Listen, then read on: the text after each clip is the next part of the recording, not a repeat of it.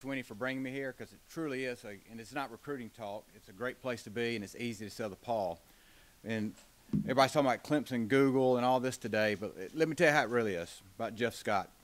Take a 500, if our recruiting department's a 500-piece jigsaw puzzle, well, when I came in, Jeff had 480 pieces put together, and those last 20 are pretty easy to put in place. So we would not be near successful today. That department, my department, I would not be half the guy I am here today without his guidance and teaching me the Clemson culture. But his good old Baptist background, he's too humble to take credit for it. So Jeff, I will always appreciate everything. And really, there's not much I can add, guys. But and here we work on Dabo time. So 5 minutes ago, before this started, that was, hey, by the way, you come to the press conference. So I sat by there and wrote down some notes because that's about how much warning I had. I was doing a press conference today. But I said, coming in for 19 months, what's different? What do I see? What makes the Clemson powerful and what it is? Well, first, and he's mentioned, the Paul's powerful. Nationally, the Paul is recognized. Everybody wants to be a part of it. Both Jeff and Coach have touched base on that. The culture in place here that he's created over these years, it recruits itself for the Clemson-type player that we want. The good kid, academics means a lot, character means a lot. Those kids come here, they see the culture, it recruits itself at this point. Coach Sweeney, I've been around a lot of great leaders, but Coach Sweeney has the ability to communicate clearly his vision to not only to whether it's a recruit walking in the door, he's the best closer I've ever seen, whether it's during our staff or talking to IPTAY, his message is clearly understood where everybody understands what we're trying to be and how we're trying to get there. Second, everybody mentioned it, but it's a holistic approach, and I've kind of said it since I've got here. To be great, you've got to have a holistic approach on everything we do, and I kind of wrote some of them down on my iPhone. Sorry, I'm reading, but like I said, I had 5 minutes to get ready for this. First, the player development with Jeff Davis, the academics with Victory and weight room, and Jeff hit all these deals, but part of it is, so it's a holistic, but when he hired me, he said, Thad, you got to bloom where you planted. You hear Coach Sweeney say that all the time. When we came, and I'm telling you this quick story, and I'll wrap it up. He said, but I want you to understand the support we have here with the administration.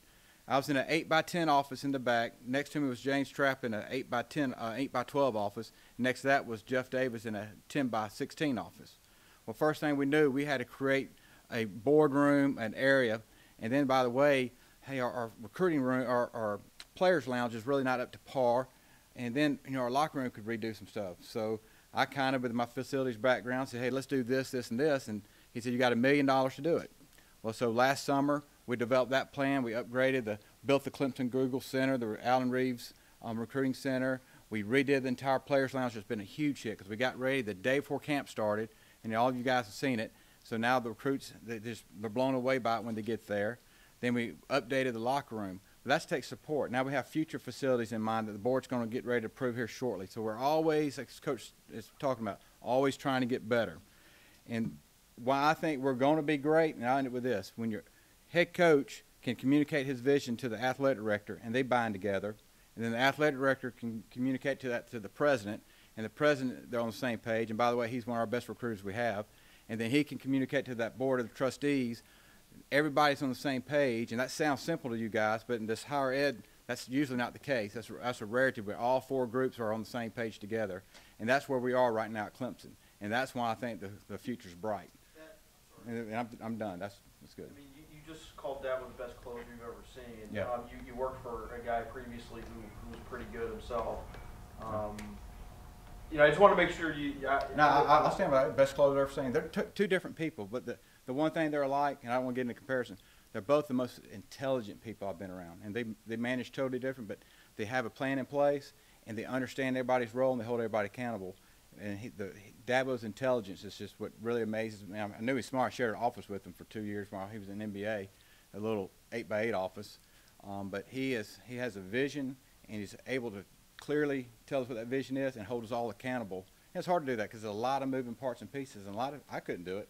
But if I told you do something today, he'll remember 6 weeks ago, have you done that? And that takes a great leader to do that. How would you describe the Clemson Google to somebody who? Yeah, I guess we're going to call it Clemson Google. I didn't know that's what it's branded, but I guess we're going to brand it Clemson Google. I hope Google doesn't sue us or anything. But it's Coach Scott mentioned a lot. It's really, we're there to support the coaches, and all the pieces were in place, guys. So it's not like it's a whole brand new concept. It's a personnel department. And like I said, whether it's logistics support, so, you know, my job, instead of seeing 3 or 4 players today, can we use an airplane? Hey, by the way, we have some 17 kids and some 16 kids. Did you know that we'll be hot in 2 years from now? Why don't you swing by 4 miles to this school and go and touch base? So instead of seeing 4 kids today, we might can see 6 kids today. Well, that would pay dividends 2 years down the road. It's not an actual database. No, it's like Coach Scott said. It's really, you know, we get the film. We organize film on we call it recruiting radar. We organize it where it's easier for the coaches to get to. So now when the coaches, instead, they're in their staff meetings and said, let's talk recruiting, and instead of spending 20 minutes trying to find some good some tape, it's right there at their fingertips. That saves time. A lot of it was the graphic development, the video development that you mentioned. You know, that grew from students. I literally, when I first got here, wrote on a piece of paper and went and put it on corkboard throughout the school. If you can do graphics, if you can do videos, come. But since then, Joe came right after that, and he hired Jonathan Gant, and now we have 2 students in my area, 4 graphic students, 2 video, his whole department. They're all working together.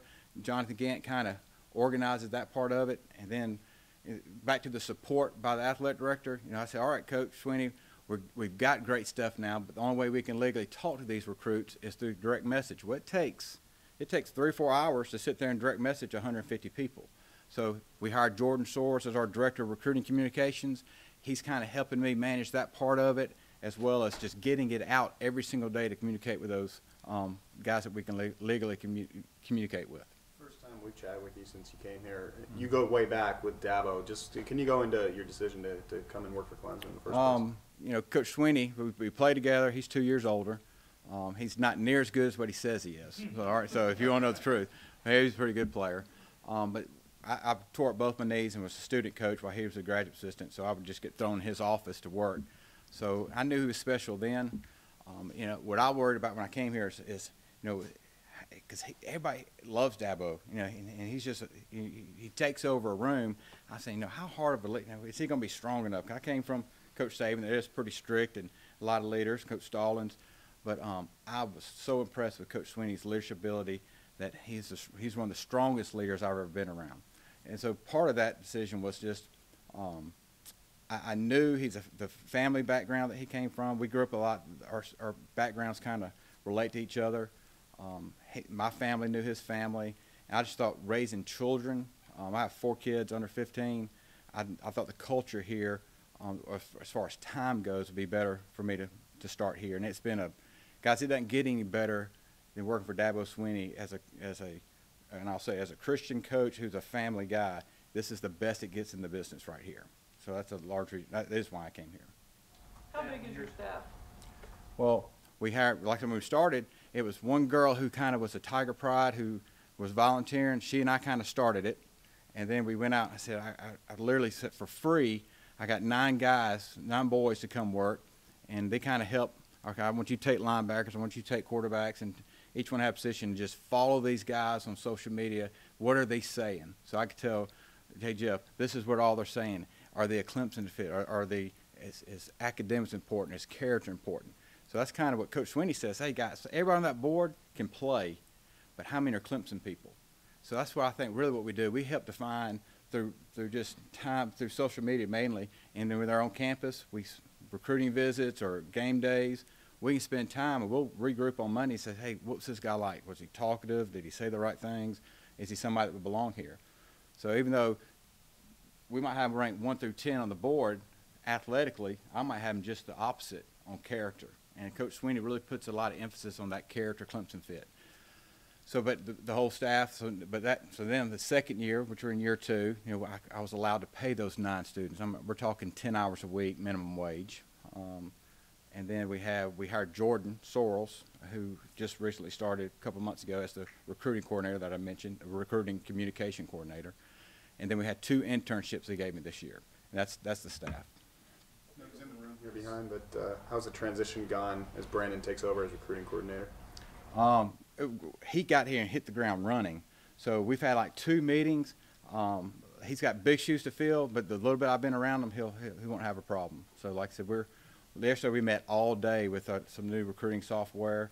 So we get to learn that new system together, so it'll be a good start for us. How big a role does the social media play in figuring out who these kids are and, like you said, how they fit in? It's a large role. I mean, those kids put everything. That's why we tell our kids, we tell our recruits, guys, be careful what you put on there because it's all out there forever. I mean, the NFL people go back and look at what you said in high school.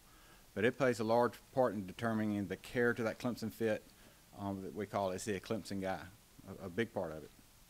Your personnel department here, in terms of just numbers, how does it compare to Alabama's? Oh, it's different. I mean, like I said, I don't want to get into a comparison here, but it is. Numbers-wise, I mean, are you guys a smaller? We're definitely a lot smaller still, but we're what we need. We don't need anybody else in our department right now. We're exactly what we need. Everything we've asked for, Coach Dan and Graham-Dell's given us, and so for our area, we're good. Is it a tenuous line, and how do you make that decision between a guy who's five-star off-the-chart talent-wise, yet is maybe questionable character-wise? Understand, my role, and one thing we do here, we play by the rules as better than anyone in the country, I believe. It's illegal for my department to evaluate talent. So I don't care how good the people are. It's not my job to say this guy's a good player, and we don't do it. We don't cross that line.